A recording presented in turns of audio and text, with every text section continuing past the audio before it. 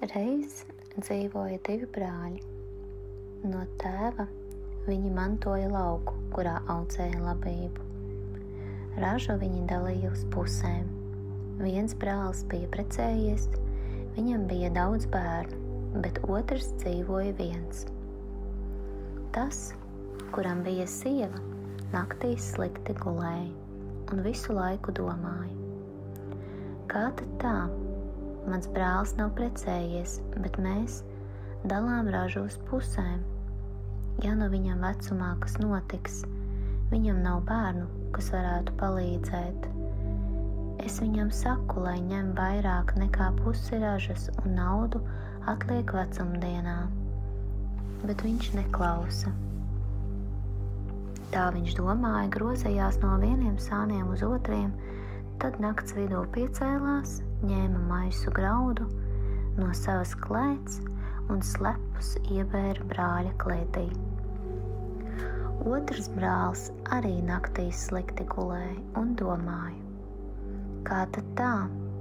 Mans brālis ir precējies, viņam ir daudz bērnu, bet mēs dalām ražu uz pusēm. Es viņam saku, lai ņem vairāk, jo ģimeni vajag pabarot, bet vai viņš klausa?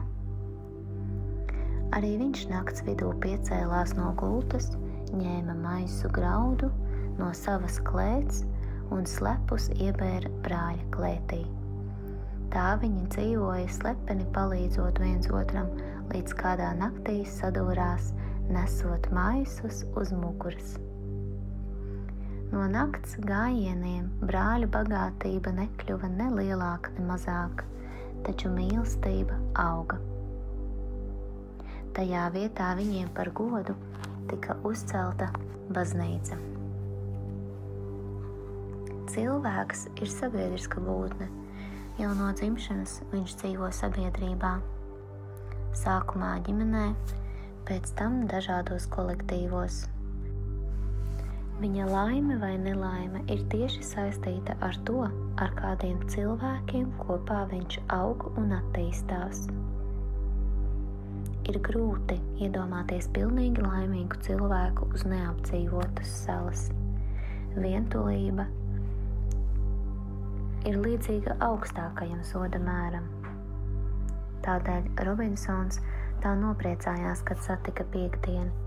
Mēs gūstam iedvesmu, prieku un laimi esot kopā, un arī ciešanas rodas no attiecībām.